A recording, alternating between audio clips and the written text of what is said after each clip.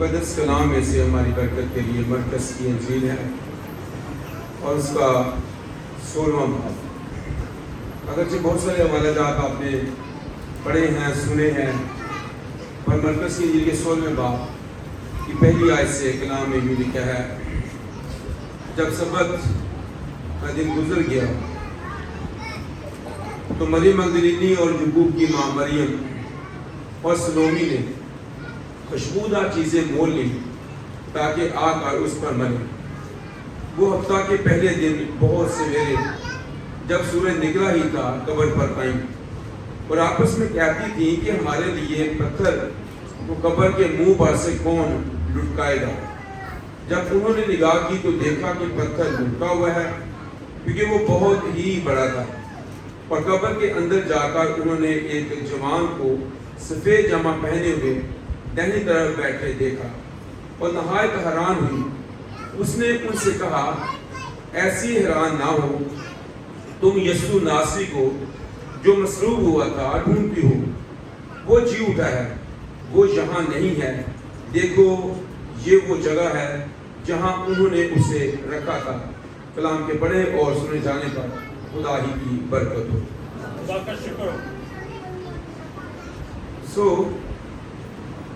خدا کے کچھ سورما، خدا کے لوگ جو ہیں وہ مسیح کے مردوں میں سے جی اٹھنے کی اس حالت کو کچھ اپنے الفاظ میں بیان کرتے ہیں۔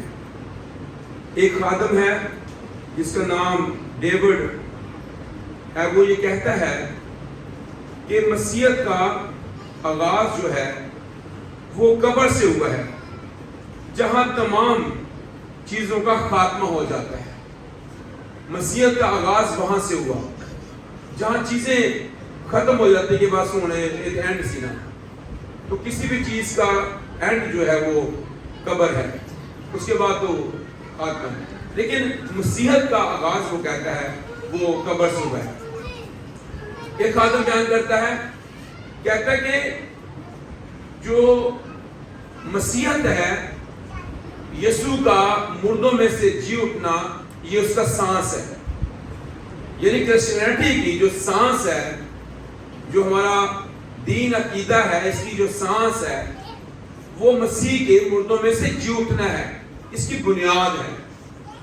دنیا میں بہت سارے عقائد ہیں، بہت سارے لوگ بہت سارے عقائد رکھتے ہیں، بہت سارے چیزوں پر یقین اور ایمان رکھتے ہیں، لیکن ہمارے پاس جو ایمان ہے یا زندگی کی امید ہے وہ صرف اس دنیا کے اندر نہیں ہے کہ کھایا اور پیا، اچھے مکان بنا لیے، گاڑی لے لی، بچے کامیاب ہو گئے، بلکہ ہمارے پاس اس دنیا میں سے رحلت کر جانے یا کوچ کر جانے کے بعد آسمان پر مکانات ملیں گے، آسمان پر یسوع مسیح ہوگا اور وہ اپنا خیمہ ہمارے اوپر تان دے گا اور ہم ہمیشہ اس کے ساتھ رہیں گے۔ وہ یہ بیان کرتا ہے کہ یہودی لوگوں نے، بلکہ انسان نے، جو گنہگار انسان ہے، اس نے یسوع مسیح کے ساتھ گڈ فرائیڈے والے دن جو کچھ کیا، کیا کیا؟ اس کی 6 پیشیاں کروا دی، جھوٹے گواہ کھڑے کر دیے، جھوٹے الزام لگا دیے، عدالتوں میں گھسیٹا، بازاروں میں گھسیٹا، سولی اٹھوائی، اس پر تھوکا، اس کے کپڑوں پر کوڑا ڈالا، اس کا بدن ننگا کیا، اس پر کوڑے مارے، اس کی تذلیل کی، اس کا مذاق اڑایا، اسے جھوٹا، اسے فریبی، جھوٹا بادشاہ کہا اور اس کی تذلیل کی، اس کے ہاتھوں پاؤں میں کیٹ ہو گئی، پستی میں پھالا لگا دیا۔ اس نے یہ سب کچھ برداشت کیا، شریروں کے درمیان اس کا شمار کر دیا، ڈاکوں کے ساتھ صلیب پر چڑھا دیا۔ اس نے یہ سب کچھ برداشت کر دیا اور یہ نعرہ بلند کر دیا کہ تمام ہو، یعنی یہ انف ہے۔ اور اس نے اس ساری بات کو جو تذلیل کی گئی، تمسخر اٹھایا، اس نے قبر اور موت پر فتح پا کر، موت کا برملا تماشا بنا کر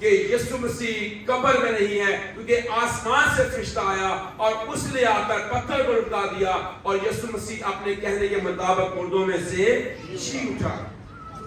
یہ جو قیامت المسیح ہے, اس نے بہت سارے بندھنوں کو کھول دیا, بہت ساری چیزوں کو سیٹل کر دیا. انسیٹل چیزیں تھی, وہ کسی نہ کسی طور پر کسی بند کے نیچے تھی, لیکن مسیحا نے آ کر اس کی قیامت نے بہت سارے بندھنوں کو کھول دیا. رسولوں کے اعمال اس کا دوسرا باب اس کی 24ویں آیت, قبر کے بند اس نے کھولے. اب ہمارے پاس قبر بند نہیں ہے, بلکہ قبر کھلی ہوئی ہے. بلکہ میں تو یہ کہوں گا کہ جو لوگ یہ کہتے ہیں کہ قبر کے اندر کچھ ہوگا, ان کے لیے بھی ہے کہ یسوع مسیح کی کھلی قبر بتاتی ہے کہ اس قبر میں کیا صورتحال ہوگی, کیونکہ یسوع مسیح نے قبر پر بھی فتح پائی ہے اور موت پر بھی فتح پائی ہے. اس نے یہ نعرہ بلند کیا, اے موت تیری فتح کہاں رہی, اے موت تیرا ڈنگ کہاں رہا. اس قبر کے اندر آپ کسی کی قبر کے اندر نہیں جھانک کر دیکھ سکتے. آپ کسی قبر پر جائیں, آپ اندر نہیں جھانک سکتے, آپ اندر سے دیکھ نہیں سکتے, آپ اس کے اندر نہیں جا سکتے, آپ اندر سے نظارہ نہیں کر سکتے. لیکن جب آپ یسوع کی قبر پر جائیں گے, یہ قبر کھلی ہوئی ہے, یہ قبر آپ اندر سے دیکھ سکتے ہیں. جب آپ اس کی قبر پر جائیں گے تو آپ کو ایک خوشی ملے گی جیسے ان عورتوں کو ملی. ایک خدا کی خادمہ کہتے ہیں کہ میں اسرائیل کے بہت سارے علاقوں میں وزٹ کیا جہاں جہاں مسیح نے معجزات کیے, خدمت کی زمینی, تو پھر وہاں پر میں گئی اور میں لاسٹ میں اس جگہ گئی جو یسوع مسیح کی قبر جہاں پر ہے, اور وہاں پر جا کر میں نے عجیب طرح کی خوشی, عجیب طرح کی حضوری کو میں نے فیل کیا, میں نے جانا. مجھے وہاں پر عجیب خوشی فیل ہو رہی تھی اپنی ذات کے اندر. اس کو اندر سے دیکھا جا سکتا, وہاں پر لکھا ہوا ہے کہ وہ یہاں نہیں ہے بلکہ وہ اپنے کہنے کے مطابق مردوں میں سے جی اٹھا ہے. یہ کیسی خوبصورت بات ہے کہ وہ مردوں میں سے جی اٹھا ہے. پڑھیے گا اس کو 2:24 جی. لیکن خدا نے کیا کیا, موت کے بند کھول کر اسے کیا کیا, مردوں میں سے جلایا. بہت شکریہ.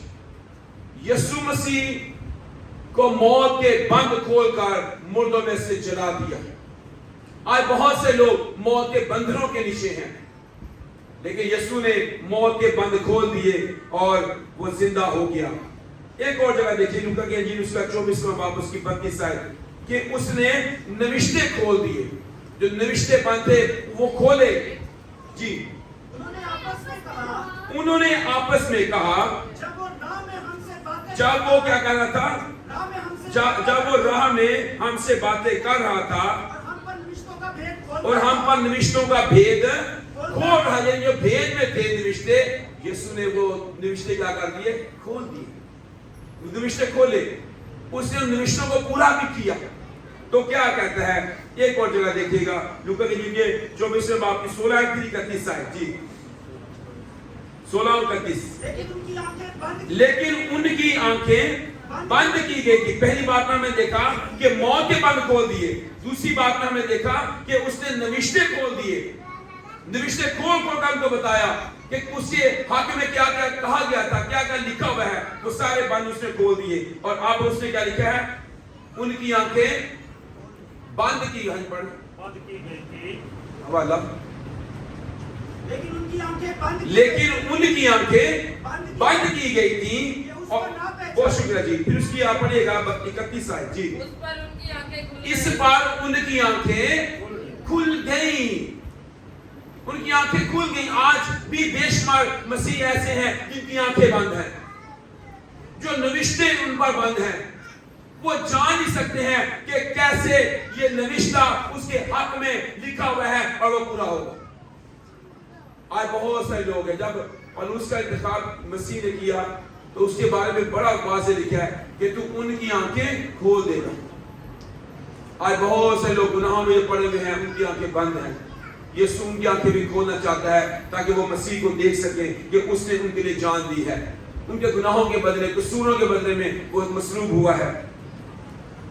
اور ایک اور حوالہ دیکھیے 24ویں باب کی, آپ پڑھیے گا 45 میں. جی, پھر اس نے ان کا